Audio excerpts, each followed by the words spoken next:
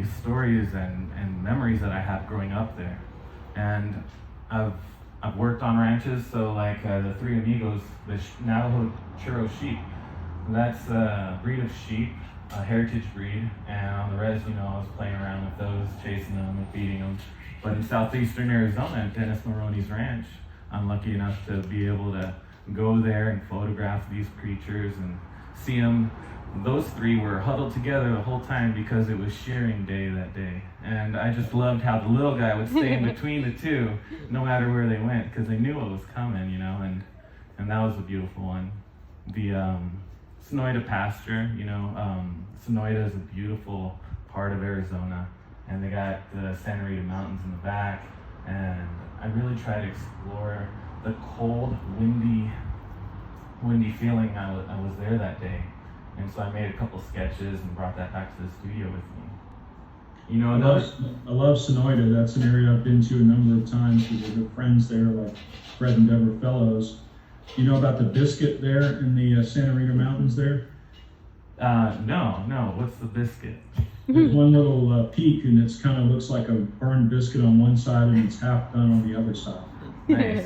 You'll have to check that out when you go back down there the next time. Yeah, I first explored it with the Highlands, Marianne Highland. She was a wonderful woman who introduced me to Friends of Western Art, and it's been that way ever since.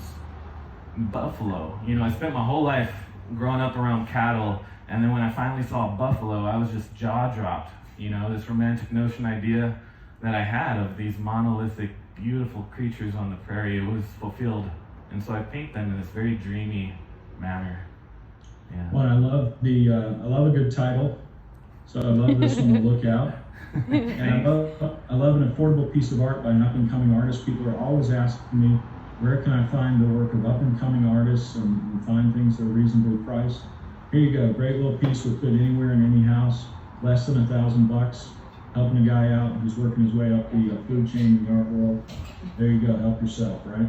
Yeah, and I've painted a lot of the people I grew up with around there. On Lasso, this painting I did of my friend Will Eddington. We grew up, we went to high school together, we worked on ranches together, and to see him now in his element, he's a cowboy. And he's out there, he's branding, he's tagging, and I'm out there with a sketchbook and camera, and he's giving me a bunch of carillas, because I'm not on the horse helping, but it's a duty and it's a purpose that I feel when I'm out there to really tell my story and show the contemporary West, that I know. Just tell him it takes as many cojones to put yourself out there in art as it does to be a cowboy. That's right. Maybe more. Yeah. Maybe more. Yeah, I heard that. That's right. Yeah. All right, let's go down the line to Nancy Cawdrey, an artist who needs no introduction to this audience, I'm sure. But Nancy, for those who possibly might not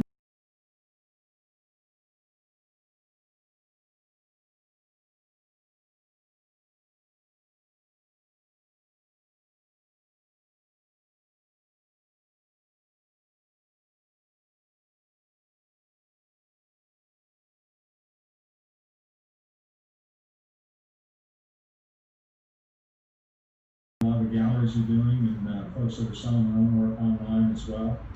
Daniel, you get the final word on this question.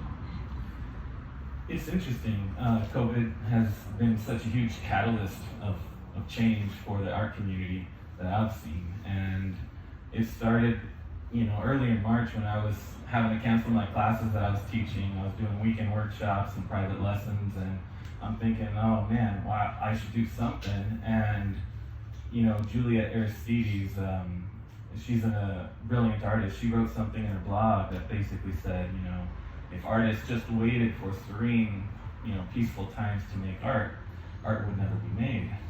So I really took that to heart, and I entered my studio with a sense of purpose and responsibility, because I had this time to really pour into my artwork. And I've made some of the best artwork I can remember, and I'm really proud of what I've done. And at the same time, the art community in LA, which is where I'm at, all of a sudden, there's no more figure drawing classes. I would go to those, a couple times a week. And you see you see people getting creative and figuring out a new normal. And all of a sudden you see figure models, they're having sessions on Zoom, and it's no longer just a local community, but people globally can tune in and draw, and you lose something, but you gain something else. And even the classes that I had to cancel, I've maintained relationships, putting art lessons on my YouTube channel, and even going old school and sending some on postcards to some of my students who are a little bit more hesitant to jump into the digital arena. And I see this paradigm shift happening to me where all of a sudden all of the art shows were canceled, and the galleries I was in refused to come to these crazy times. And so I looked at myself as my own gallery, and I really am learning a lot about, you can learn anything online. So I'm listening to podcasts on business, on marketing, and I'm, redesigning my website, and it's been great. In fact, I even had a virtual live show that I put on, and it was nerve-wracking to be in front of the camera and to, I'm in front of the camera talking about my artwork and having a live show. And the response I got was really encouraging. People tuned in from all places. Even my dad, he got a Facebook page for the day just to watch, And, there's people that have never been able to go to any of my art shows. So it was a really special thing to see, COVID has taken away a lot, but it's also opened a new space where we don't know what the new normal is going to be. And I think people are getting creative, and they're being optimistic, and they're reaching out, at least I am and a few others, to the online community. I think it's pushed everybody like 10 years into the future where we're all on Zoom now, and it's kind of a normal thing all of a sudden, and it's really inspiring to see positive action, good communication, the art community coming together during this crazy time. With that eloquent an answer, I can't believe you felt uncomfortable in front of a camera. I've been practicing. Well, keep doing it. And I assume, perhaps incorrectly, but maybe you're the youngest person on the panel, and that perhaps you're a little more open to doing some of those things than like the folks that are your dad's age, and a lot of art collectors in our audience at the museum who never did Facebook, never did YouTube, and necessity being the mother of invention, that to stay involved in the art world, they've had to get up to speed on some of these things, and we've had to coax them through it. I can imagine getting your dad set up was that kind of experience. Yeah, a rancher, who's a man of mystery out in the llano, just working his land. And all of a sudden he joined Facebook and was quite appalled to find out that everybody wanted to be his friend, and he didn't know him. So it was funny. Well, I remember when I found out my dad was playing Super Mario Brothers. Same kind of experience. But you mentioned during this time that great art can come from troubled times, and often does, and in some ways all times are troubled times, is really what you were saying, for somebody somewhere. Mm-hmm. How do you see it showing up in your art specifically? Well, there's so much ugliness and bad things that can really affect an artist that happens in the world, and you can feel, at least sometimes I feel bombarded by it, and I'm sensitive to these things, and thankfully I have art as an outlet, and I exercise. I'm a runner, and it's my active meditation. But at first, honestly, I was feeling a sense of irresponsibility, because I was thinking, oh, I could just close the door to my studio and I have all this time now to paint and make my own art. And then I thought, I should be doing something more. I should be more active. I should be helping the community, and that quote I felt like it was talking to me. And once I read it, I was reassured that no, my job as an artist, I have a purpose to create beautiful things and put those in the world.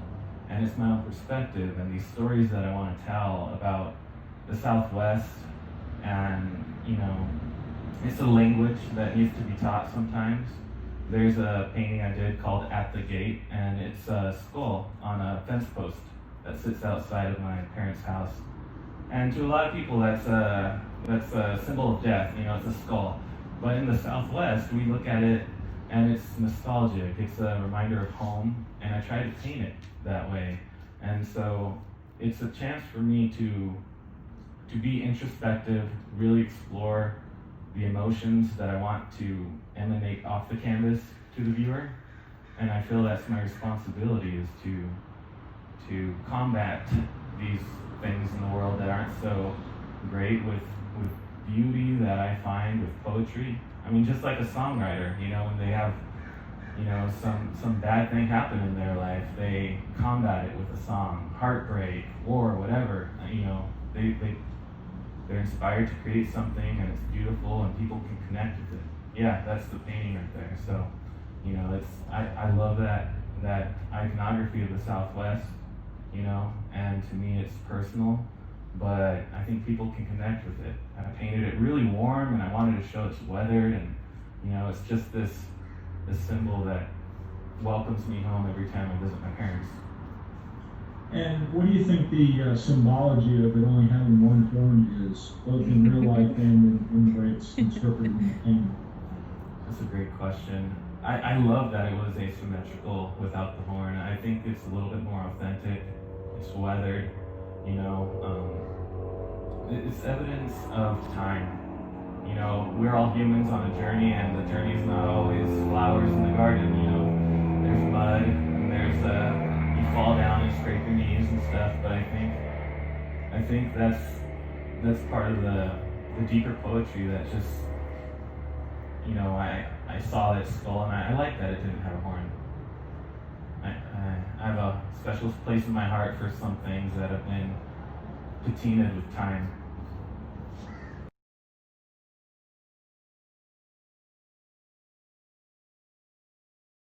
Connect with people and ask them what it is what's their feeling about this piece. You know, sometimes it's just, you know, it's big, it's bold, it fills the space, and that's who I want to be in my life. So it could be as simple as that. Gotcha. Daniel, you get the final word. I love what Michael said about thinking of his patrons and collectors as an extended family. That really hits home. I would always think of the people who are buying my artwork as giving my artwork a good home. And then after talking with Ron and Natalie, I learned from them that it's not just my artwork that has a good home, but it's me. They're giving part of me a good home, because they invite you into their home. They're going to talk about the artwork and the artist who made it and the story that goes along with it. And that's always been really humbling. You know, Donna Tartt, who wrote The Goldfinch, you know, she said something that you touched on earlier, that I'm going to mess up with the quote here, but if I remember correctly, she said, you know, it's an honor and privilege to love something that death doesn't touch. And I love that sentiment, because you are a steward of this artwork, you know, and it can take over your life, and you can connect with it, and you can feel a close connection to an artist's work, whether it's a painting or a song, and that connection, I think, transcends a lot of other things that go on in life.